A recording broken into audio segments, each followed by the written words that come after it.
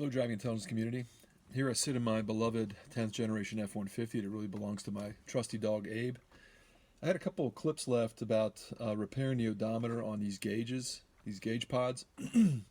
This is just a real quick tip video to share that. I have another video that talks about replacing the 10th generation F150 gauge pod with a navigator unit from similar years. I replaced mine with a 2002 navigator unit.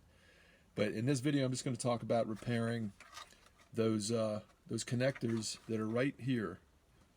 You'll have to disassemble this. I'll show you in the video. It's quick and easy. The hardest part is actually getting it out of the dash.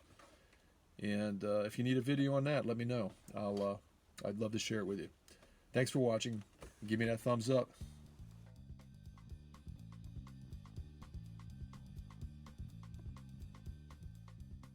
I swapped out my F150 gauge cluster for the navigator for a little bit different look.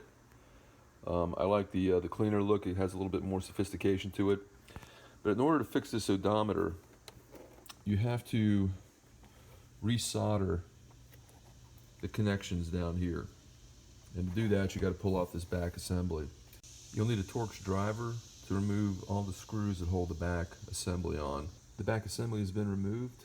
And now I just need to pull this connector off, and this rear integrated circuit board can be removed so you can solder the connections on the other side, which tend to loosen up and cause a continuity issue, preventing the odometer from lighting up.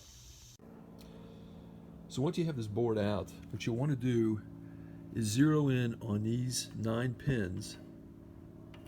And a lot of times the soldering connection will break. What you want to do is touch lightly with a soldering iron on each one of these, let it get good and hot, let that solder melt, and then reconnect to the pin again.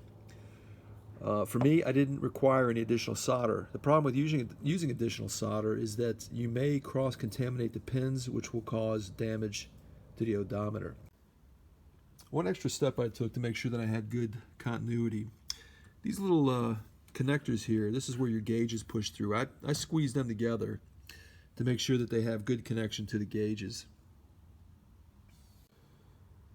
Reassembly is obviously the opposite of disassembly, and